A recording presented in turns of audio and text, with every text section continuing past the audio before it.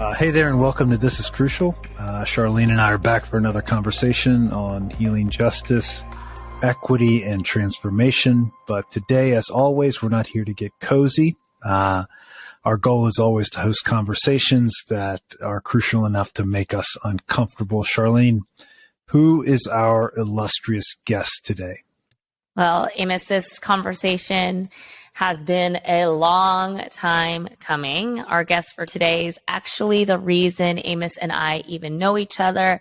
He introduced us. He knew both of us before we knew each other existed. The Reverend Dr. Scott Black Johnston is one of the few pastors I know that has probably memorized all of his ordination vows. But the one he takes the most seriously is the one about being a friend in ministry. And that is something, honoring that vow is something that Amos and I can personally attest to.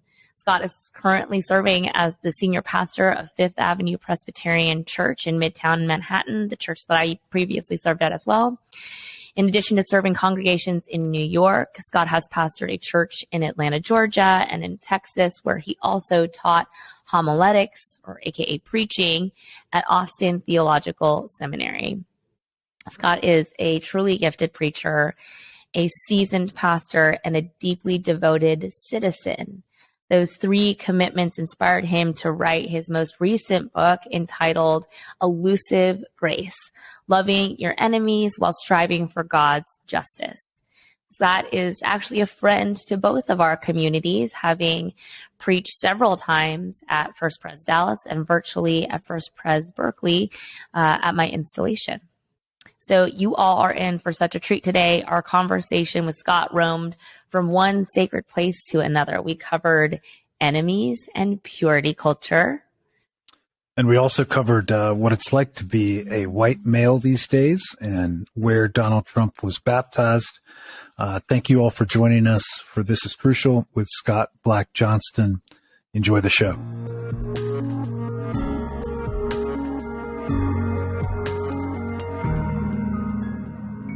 Scott Black Johnston, welcome to the show. It is such a joy and honor to have you here, my dear friend and colleague and mentor, and author of this amazing book, Elusive Grace, Loving Your Enemies While Striving for God's Justice.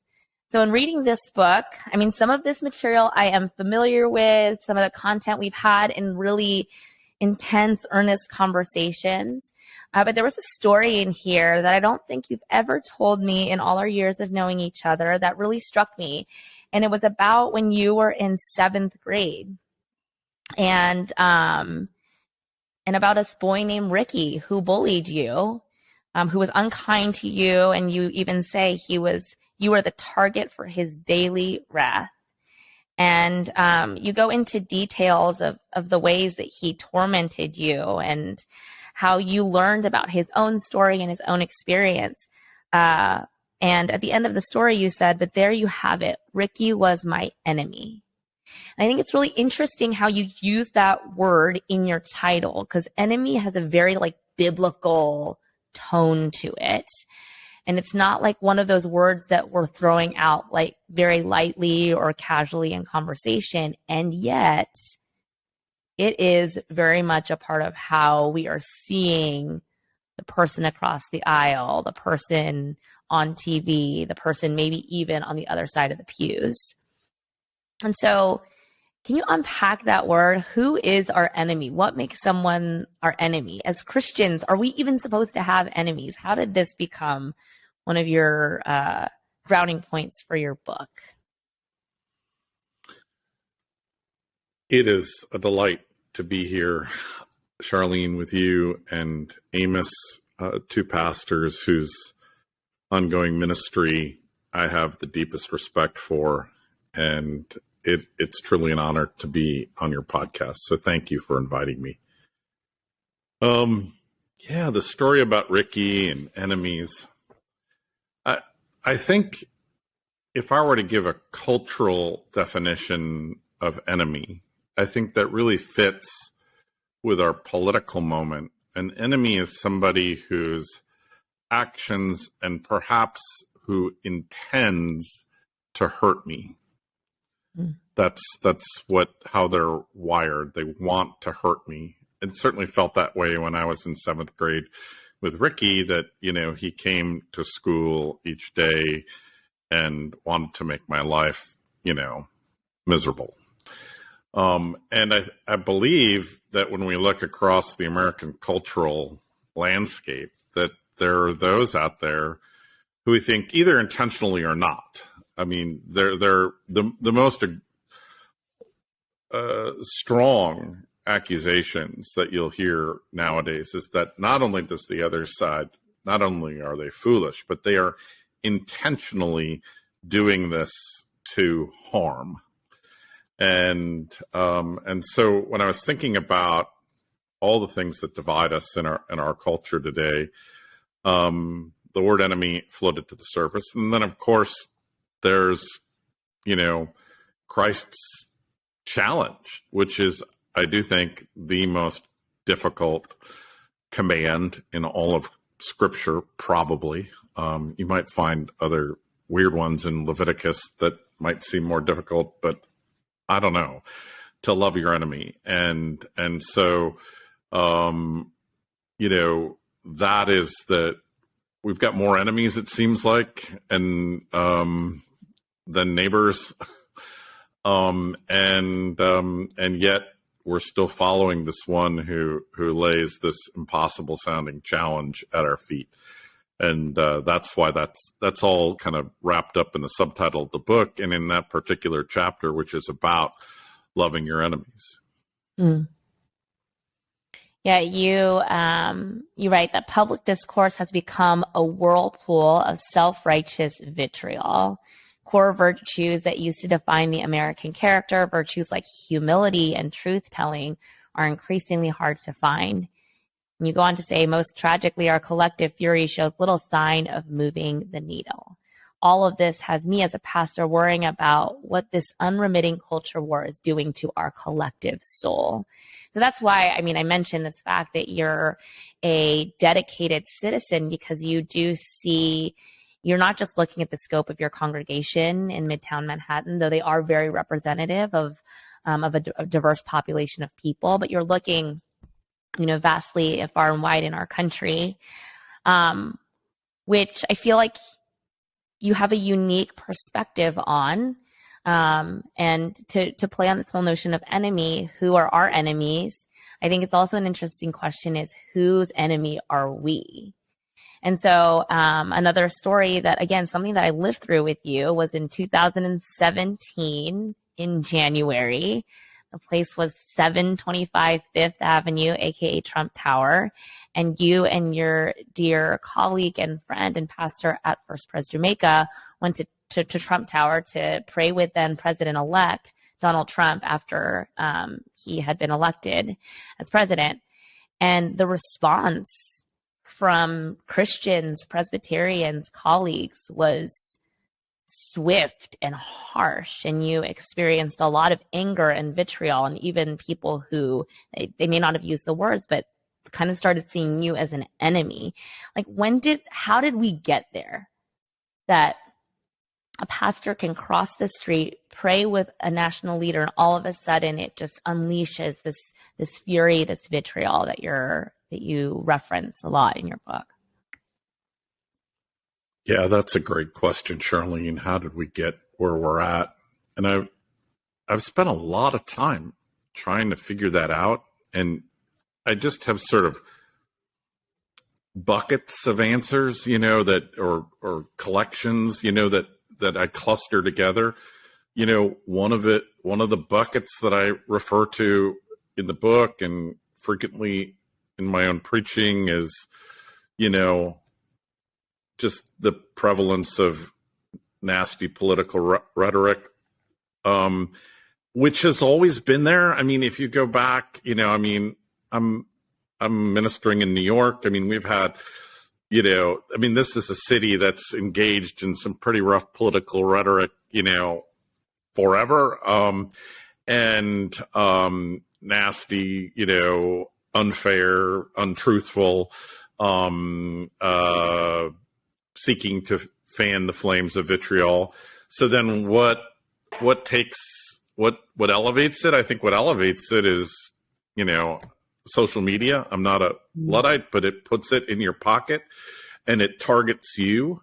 And the whole thing about algorithms, which I do talk about a little bit, in the book, algorithms are designed to figure out what it is that will make you angry. And so, and then to keep feeding you the same. And that's a game changer, in my opinion. That elevates, the overall kind of societal level of anger.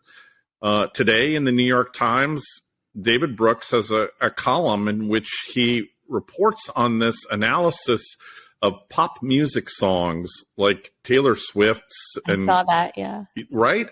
Yeah. It's fascinating because what they've charted over the last 10 years is a reduction in the use of the word love in pop music songs and an increase in the word hate and revenge. Those two words are on the upswing and love is on the downswing. So that's pop music. Right. So, it's in the water right now. And I think what was instructive to me about the level of vitriol that Patrick and I received after praying with Trump was I'd never really been exposed to that kind of social media wolf pack, question your motives, question, everything about you. And people are really good at making it personal. Yeah. And figuring out how to twist the knife, if you will. How to make it hurt. Yeah. How did you get that meeting, Scott? So, I'll try to keep this super concise, but then ask me more questions. Our two churches have peripheral connections to Trump and connections to each other. And Patrick and I have an interesting connection to each other. And all of that sort of became the impetus for us reaching out, and they responded. The connections are this. Donald Trump was baptized at the church First Jamaica Queens, which was a Scottish immigrant congregation in Queens. And the woman who actually gave Trump his Bible that he was sworn in on when he became president is still a member of that church, still teaches Sunday school there. She's in her 90s. That church also happens to be the church that my father attended as a child and where my father was baptized. My father was the child of two Scottish immigrants. The fascinating thing about that church, and interesting given Trump's record on immigration, is that church changed dramatically from when my father and Trump were baptized to what it is today, which is a largely African-American, Latino, Afro-Caribbean congregation. And predominantly, like 80-90% so. And so, it's a great example of the way in which neighborhoods in New York City can dramatically change as immigration patterns change. It's the sort of thing that made Trump's own anti-immigrant stance so painful, because this is a church that nurtured him when his family, his mother was Scottish, his father was German, came to this country, and he was nurtured by a church that was receiving of immigrants, a church that has continued to do that, but in a very different form today. So we felt like we had this good story, and we felt like we had this good platform to approach Trump about.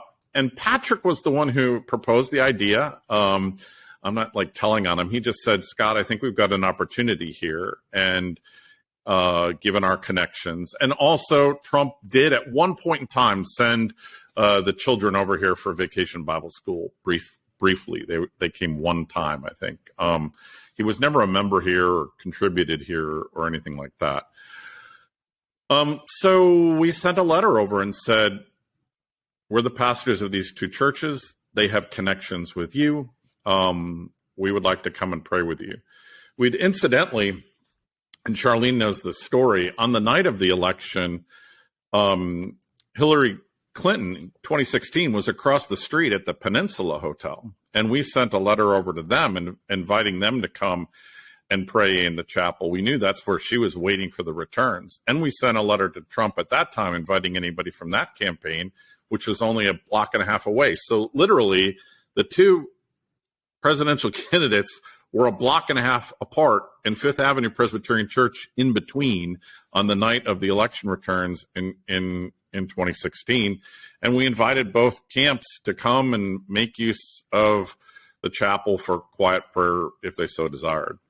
So funny, weird place to be at that time.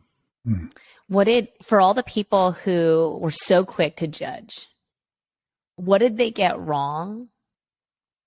And what was something that you learned? I mean, again, in your book, you talk about some really tender exchanges, particularly about a female member that you talked to. Like, what did you learn about the anger that you became almost like a recipient sponge for? That's a great question. So let me start with what I think that they got wrong. At least this was my argument then, and it continues to be. I'm talking to two pastors on this podcast. Yeah, people who are in churches know that the conversations that you have in ministry are not with pure people. And so the notion that, we couldn't, that somehow we were legitimizing a sinner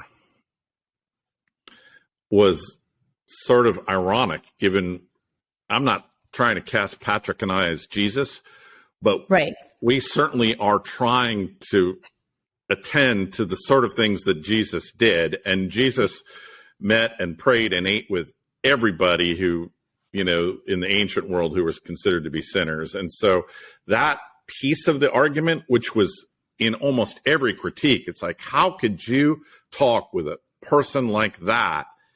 That notion, if you're it came almost always from people who were not in parishes, clergy, but who were not in parishes. I found that kind of interesting. It's like there's a reason why I think some people just can't, who are ordained, who cannot be in parishes, because the impurity of it, the fact that you have those conversations every week with people who tell you things that just like are about to blow the top off your head. I get that. I get that they can't envision themselves doing that. That feels impure, and it felt wrong for us to do that. So that's what I think. But I disagree. I disagree with that basic principle, as you can tell. Where were their critiques right? Or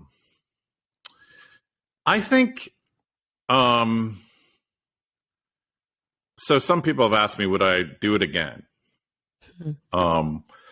And Patrick and I have both talked about that. And it depends on the day of the week as to how we answer.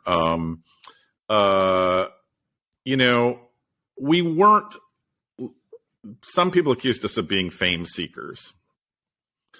Like, all right. I don't think that's why we did it. Certainly not. That's the kind of fame, there were a few people that said, "Oh, I'm so happy. I hope you heard what you had to say." But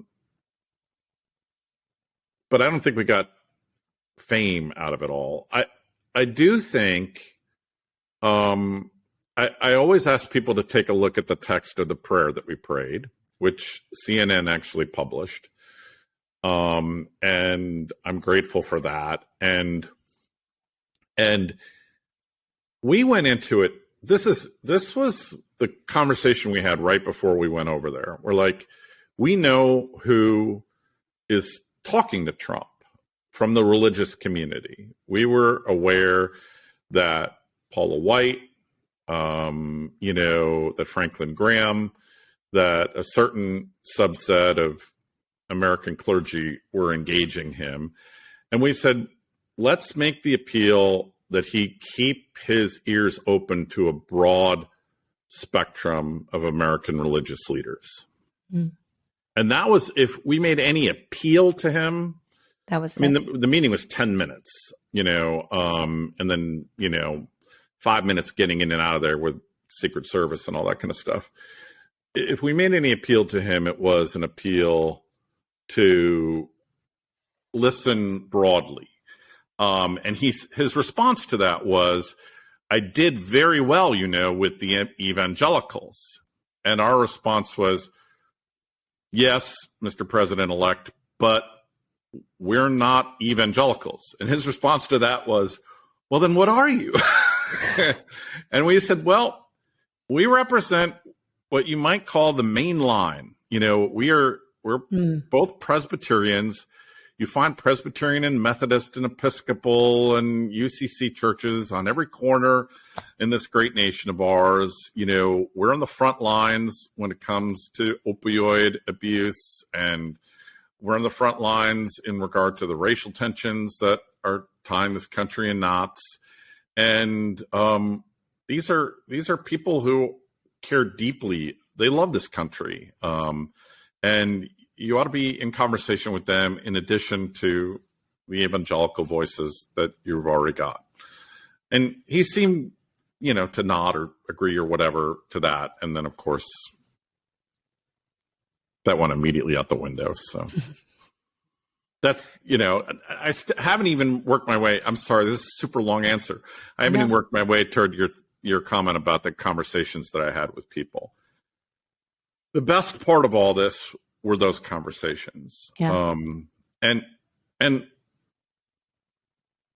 to their deep credit, it was the parishioners here at Fifth Avenue Church who came to me and who said, I'm confused by this. It doesn't feel right. Well, why did you do it? And I need you to hear my story, because I need you to hear why it's super painful to have this person in the White House. And that to me was instructive. And it was also grace, because they approached me not as like a demon or a fame, seeker, but like as another human being who was trying to do his best, and as somebody that they thought that they trusted, and they just wanted to understand why.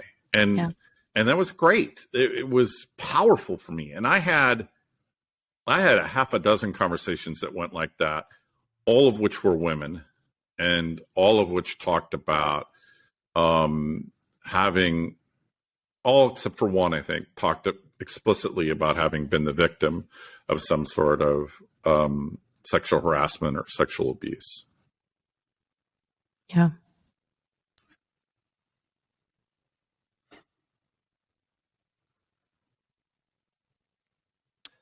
There is, you mentioned the word purity in your response. And I'm curious, in what ways are we, especially those of us in the mainline church, that might be more,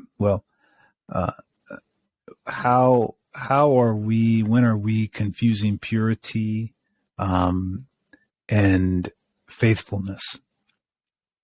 And to what degree is that our confusion around that, or our conflation of those two, causing some of our exacerbating divisions amongst all siblings in Christ? It's a very like Old Testament Levitical, frame through which to be observing our neighbors, and I'm, from my perspective, it's not really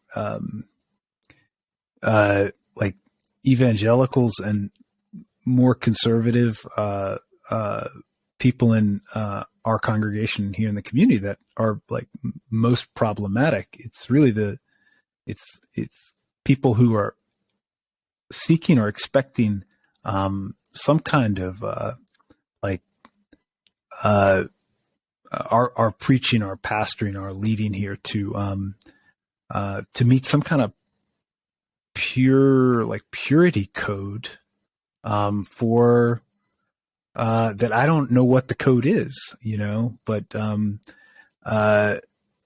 and so that's really been more frustrating and more difficult than the critiques that come from the right. It's the critiques from the left that we're just not pure enough, or we've associated in some way with people that have made us impure. Yeah. So totally. Purity is a massive issue right now. And there's a lot of different groups that are not even religious that are asking for purity. A very interesting debate going on in the papers right now about environmental responses, and some groups that are like, but that's not pure enough. And others saying, if you push for purity so much, you're not going to be effective. Thomas Friedman in a recent column said, do you want to make a point or do you want to make a difference? And I pretty much am on the I want to make a difference side of that. The older I get, but I think you're right. So you said, Amos, this is just beautiful. You said, it's coming from the left at least, and maybe even more than it is from the right, the urge toward purity. And what is the standard? And I recently said something in the pulpit, I think, that responds to what I think it is. I think there are people who come to church and their gauge for whether or not church is good, righteous, on target or not, is whether or not you say something that day that seems to echo a point made earlier in the week by their favorite op-ed writer. And whoever that may be, and, these are, educated people who are, imbibing through various sources. It's not just all newspapers, it's blogs, it's various news feeds, but they want to hear the pastor say that. And then they feel good about themselves and they feel like they're at the right church and that their pastor is tapped into the right, righteous stream of thought at this moment in time. And my argument, I said, I think that's the case. I said, I find that exhausting. I think that's why you've got more clergy burnout happening now than in previous many, many decades, is we're not measuring up to that, nor should we be. I read all these people, but I'm not trying to just become a Christian version of, and then fill in the blank of Thomas Friedman or of David Brooks or of Gail Collins or of whoever you want to mention. And so the argument I'm making is that the church is playing by this whole different set of rules. And what's happening right now is people come to church and they expect to be looking at a football game and they're judging it by the rules of football, and the church is playing baseball. And it doesn't make sense to people. And they get mad about that. And the rules are completely different. And the way the ball moves is different. And the end goal is different. And it's just, people are annoyed by that. And so they feel like we're weak or not courageous or we've got the wrong tact. And I'm like, wait a minute. We're playing this whole other game. So now let me go back to Scripture and see if I can tie all this together. Did Jesus care about purity? Well, when Jesus summons the disciples, I always like to talk about this, and I think I mentioned this in the book. There's two disciples we ought to really look at closely: Matthew and Simon the Zealot. They were as far apart on the political spectrum in, first century, Palestine, of as anybody could be, I think, and still be Jewish. Simon would have wanted to kill the Romans and would have thought that Matthew was the biggest, betrayer of his people and of the truth. It would, and Matthew, on the other hand, he would have been like, this guy's a nut. He's a murderer. He's a radical. He wants to, he would just as soon see me and my family dead for the fact that we make money off of, working for a governmental situation that supports Rome. And Jesus taps both of those guys and says, come follow me. Now, what is Jesus doing? If it's about, Jesus isn't going around giving everybody a purity test saying, okay, here's a survey, fill this out. And if you can answer yes to these 7 questions, then you can be my disciple. And then no, he just says, come and follow. So the organizing principle for the church has always been this guy who pulls all kinds of different people together and puts them down at the table, including people that want to just basically kill each other, enemies. And so to me, when I look at the ministry of Jesus Christ in that very conflicted time in world history, I see, to get kind of reformed theological, I see that who God is becomes the thing that draws us together, and not our own beliefs about who we think God is. Amen. Is that distinction? Did I make that clear? Yeah, absolutely. Underneath like this conversation about this purity culture and the vitriol and the anger, righteous anger, enemy, all of these things. I mean, the pastor in me like peels away all those layers, and I've kind of had this conversation, a version of this conversation with both of you, is there's a real tender fragility in humanity, right? This fear. So there, if your enemy is wanting to do you harm, there's the physical harm. There's also this ideological, existential harm of, if you're right, then I'm wrong, right? And that is, I don't know when being wrong became so terrifying. Maybe it's always been so terrifying, but it feels like the stakes are so, so high. And I even feel that in my own self, like having someone come to me. And again, it's in scripture, like, speak truth in love. If you have a quarrel with your fellow sibling in Christ, bring it to that person. The assumption is that you're going to be wrong about something, and you're going to count on your community to come speak that wrong to you. And so you can, again, I don't even think the goal is to be more right, but to be more humble, more aware, more human, more faithful, all of those things. More vulnerable. Right? Yeah. More vulnerable. Okay, so here's my question for the two of you, and I guess then that means I have to answer it, which I kind of feel some things about. When was the last time you were wrong about something? And how did someone, either without grace or with grace, bring that to your attention? And how did it feel? What was that experience? I could give like 7 examples from the last 14 days.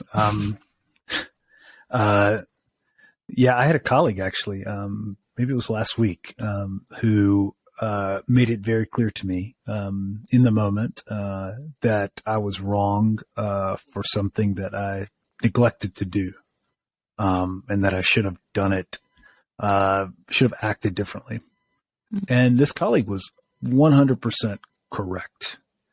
And yet I knew it was wrong, but I did not actually approach this colleague and acknowledge my fault first. Colleague approached me. Anyway, in that moment, when in that very public moment, I felt a lot of shame and embarrassment. And And I felt like a kid that got caught, like with his hand in the big old cookie jar after his mother said, no more cookies tonight. Yeah, I felt very small. And that lasted for a while. And so I decided to explore that feeling, and to not run from it, but to actually sit with it, try to figure out, why shame was my response. So that was the last time for me, Charlene. I too, I mean, this is a constant process for me, and I'm gonna go family with it, but it happens with coworkers too. But with family, sometimes I think that I personally am a little bit more unguarded and popping off, like, with my kids. And I think I oftentimes can, when I'm getting frustrated about something, I can attribute bad motives, wrong motives, to them. This is why you're doing this, and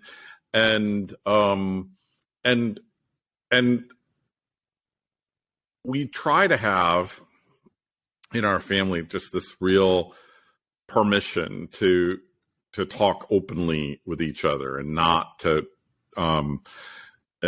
Amy, my wife, and I, we both have different family systems that we come out of, but sort of the peaceful place in the midst is trying to have as open a communication systems as we possibly can. And because of that, I think my kids are used to me popping off and saying something and then coming back with with an argument. When I'm listening, I don't always like Amos, sometimes I'll feel ashamed, depending on how bad and how wrong I was. Sometimes I'll feel defensive. That's oftentimes my first move. No, you don't understand. This is why I was right.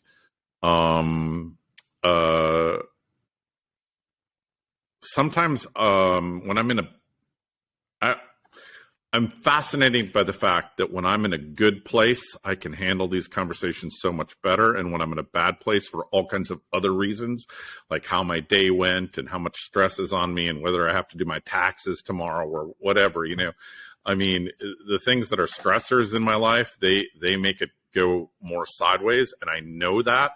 And so I try to evaluate, what's real here in terms of my own responses. So it's, and I usually end up apologizing. I apologize a lot. For me, it was, I had made a comment that was, I can see now was insensitive in a sermon. And, someone who heard the sermon, responded to it with a lot of pain, and I think it was offensive to that person. But the correction was made in a group email, and so that, if anything, I was able to objectively see where I had gone wrong, but the method of correction was so public that, if anything, my learning was lost in my anger as to how the correction was issued. And so then the conflict became around, I really wish you had just come to me as a human, like you were talking about earlier, Scott, right? And just said, this was hurtful to me. And I would have been able to say, yeah, I see how that was hurtful to you. And use that just for further edification, to use a good old Christian word. I mean, to me, so much of it, I think that as a 3, as a perfectionist, I'm always scared of messing up and doing the wrong thing. And I find that when I do it, it's not as scary as I'm not going to cease to exist. The world isn't going to turn on me and hate me. My congregation isn't going to, cast me into the outer darkness. But so much how we have these conversations is what makes or breaks, right? The kind of just the lesson to be learned, right? And then when we have it well, we can model that for other people, because I know one of the things that I also witness is that there are some really important conversations that need to be had, but because we know we're so scared of being wrong, we're not having the conversations. So on the one hand, they're happening in such a rampant fashion. Social media, the comments board, all of those things. People are just so quick to cancel people. And yet in the most intimate settings, I see just like avoidance of the most critical, crucial conversations where someone can say, yeah, as like, and I mean, that's something that I'm learning, is actually to have these conversations, because it's a recent learning for me to say, hey, yeah, actually, as a woman of color, I found the way that you said that actually insensitive. And I'm learning how to say that. That's hard for me, especially as an Asian woman, to call out and say that was painful for me. And so like kind of, you know, fighting between these twin things of wanting just to quit that person, right? You messed up once, never again. Or to say, okay, how can we continue to learn from each other in community and walk into greater health together? I think it's a perpetual challenge for me, I know. Scott, can I ask you a really personal question? Sure. I mean, you weren't going to say no. So. Whether I'll answer, you can ask. What is it like being a white male in America these days? Good question. And in the pulpit in America. In the pulpit. Yeah. And I asked that question from the shadows of our earlier conversation about purity codes. Yeah.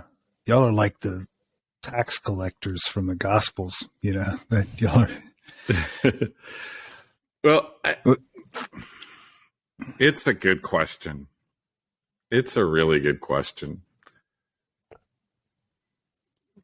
And it changes depending on the context I'm in. You know, as I think it does for every human being, when you ask questions about how is your identity being perceived by the world around you, it's complicated. I'll tell you this. So I'm going to be really honest with you.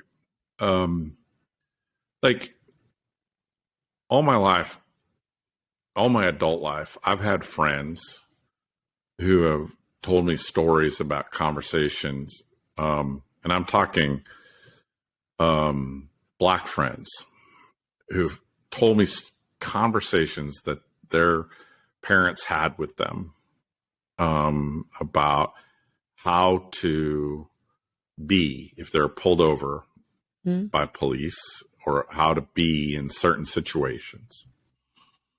The nature of those conversations has sort of changed some, as you know, as I've had, like Esau McCauley's version of that story is different from my friend Cleo LaRue's version of that story, but it's still quite similar in other ways. I had a conversation with my son, who is now a freshman in college, that was totally different. I am not, please don't accuse me of false moral equivalency. I do know what that is. I'm not saying it's the same kind of conversation. The previous conversation I'm talking about is a lot scarier. But I did feel the need to have a conversation with him that went sort of like this. You're a straight white male. You're going into a highly diverse academic environment in which straight white men are often viewed as the problem in this country. And I said, just be careful. You need to be extra careful about what you say and how you are. And I'm going to brag on him a little bit. You know, he sends me, these pictures of his friend group. His friend group is looks like the United Nations. And it's diverse in almost every way I can imagine, except they're all smart kids. And he said to me after he'd been at college for about a month, Dad, I think the next generation's going to do better at this. Mm. And honestly, that froze me, Amos. Mm. I didn't know what to say. I didn't know whether to double down and to say, son, you're being naive. You're still a straight white guy. And when the chips are down, you're the problem. Or to say, maybe you're right. Maybe we're going to get better at this because we really are awful at it right now. I didn't know what to say. I just nodded, listening to my son. 19 years old, optimistic. Mm. Thank you, Scott. Yeah, thank you for sharing that. I mean, yeah, in all the one-on-one conversations we've had, I appreciate, Amos, that you just going there and asking. Is that something that you resent? Is that something that you lament? Is that something that you're kind of like, no, it's okay? How do you process that?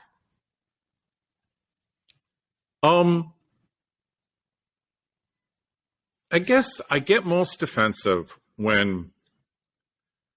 so I've worked super hard in my life. This is like the classic white male kind of response, right? I've worked super hard, but it's still not fun to have people act like you're at Fifth Avenue Presbyterian Church because of your skin color and your maleness and all that kind of stuff. I mean, that just doesn't feel good. It's like it's intended to make a different kind of comment than I'm acknowledging right now. It's intended to make a comment about what structural racism really is. And it's real. And I don't deny it. And there are legs up that people get and have gotten that are just mind numbing, and they're documentable, and there's no question about it. So that's all. I acknowledge all that.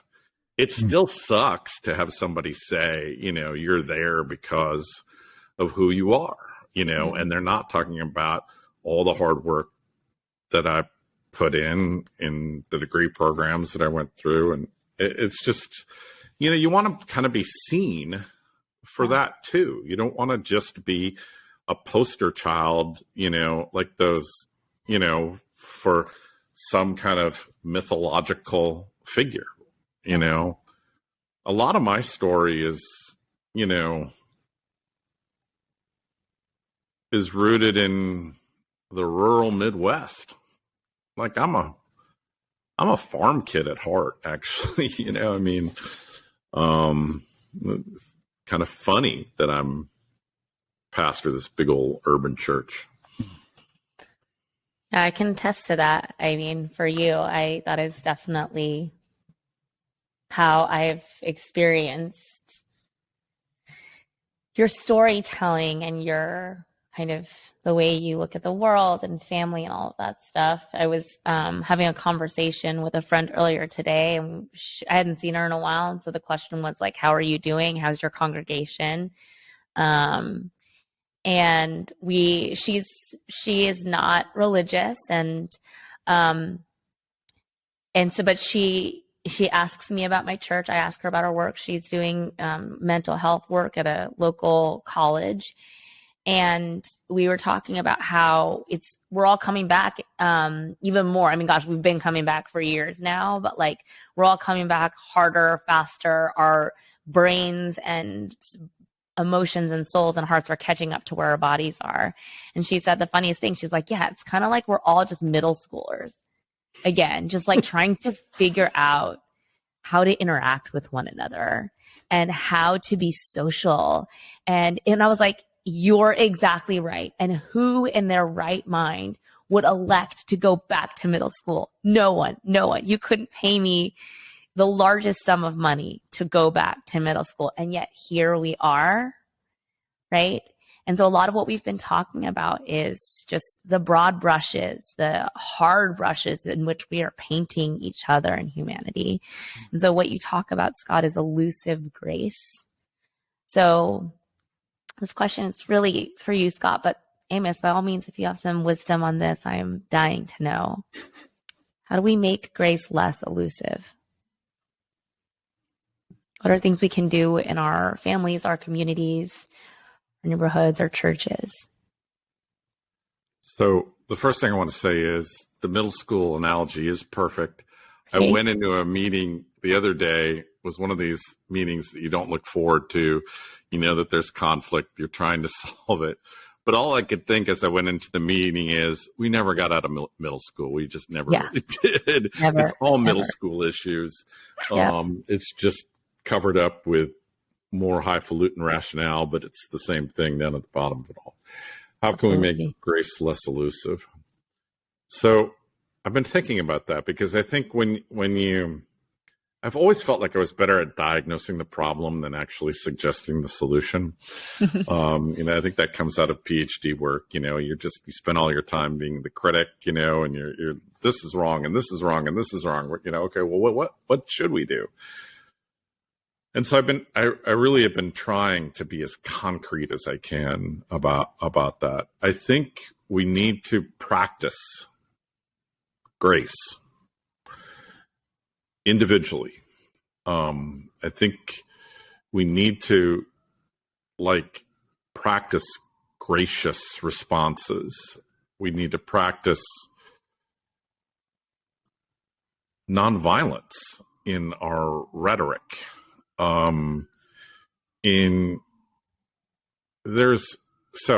Here's another story from today's New York Times. I can't help it. I live here. Brett Stevens, who's one of the more conservative voices on the op-ed staff, has a piece today about climate change. It's a fantastic piece. I don't agree with every bit of it. It's really long, but it is very important. But he begins with this story about how in 2017 he wrote a piece that questioned some of the climate change science, and that he got toasted for it. People literally asking that he be fired by the New York Times for it all, and just rage from the environmental community, which I think in the long run, to be a denier of climate change is going to be one of the things that history is going to say was a big mistake and was a morally questionable, activity. And he owns that. But he does point out that one scientist wrote him a letter and said, I read your piece. I don't agree with it, but let's talk. And I'd like to take you on a trip with me to Greenland. I think it would be really fascinating for you to come and see what's happening to the ice shelf there. And he took him up on it, and it changed his mind. Now, if our goal is to move the needle, grace is a better way.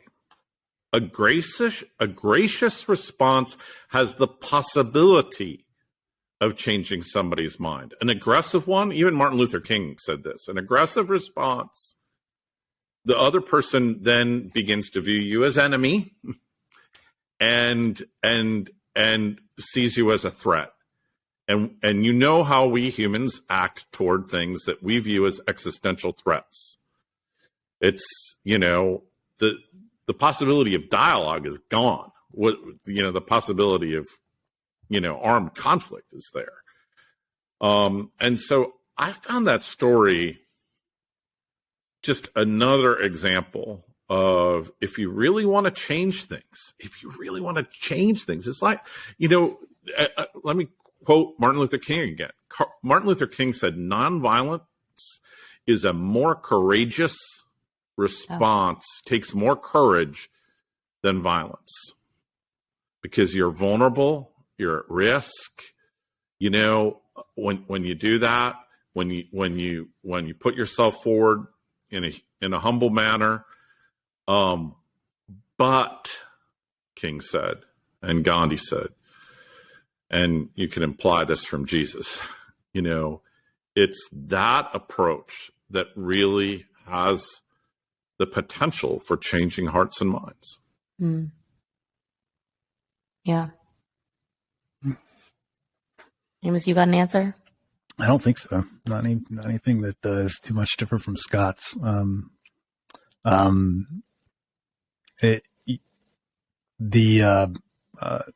yes, building on what Scott said, I think grace would be less elusive if we just stopped talking so much, and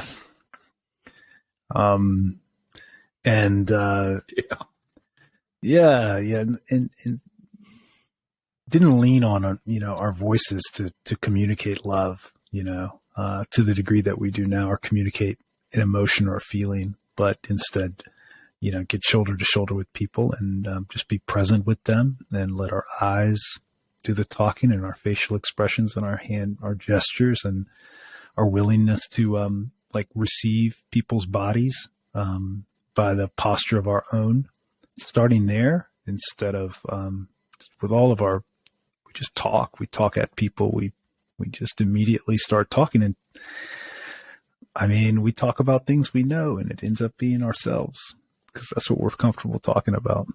And so I don't know, there's I think something in and this might be because I've recently been watching a lot of Scandinavian subtitled crime dramas. I love them. But and part of the reason I love them is the starkness of the dialogue. There's just not that much of it. Yeah. It's so much is communicated with the lilt of somebody's voice at the end of a sentence, or the way they're holding their body in the conversation. I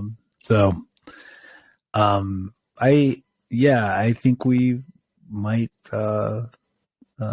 consider not either just not, and I say don't talk so much, just don't talk so much until we learn how to talk and still hold space and create space for people to enter into, so that's it.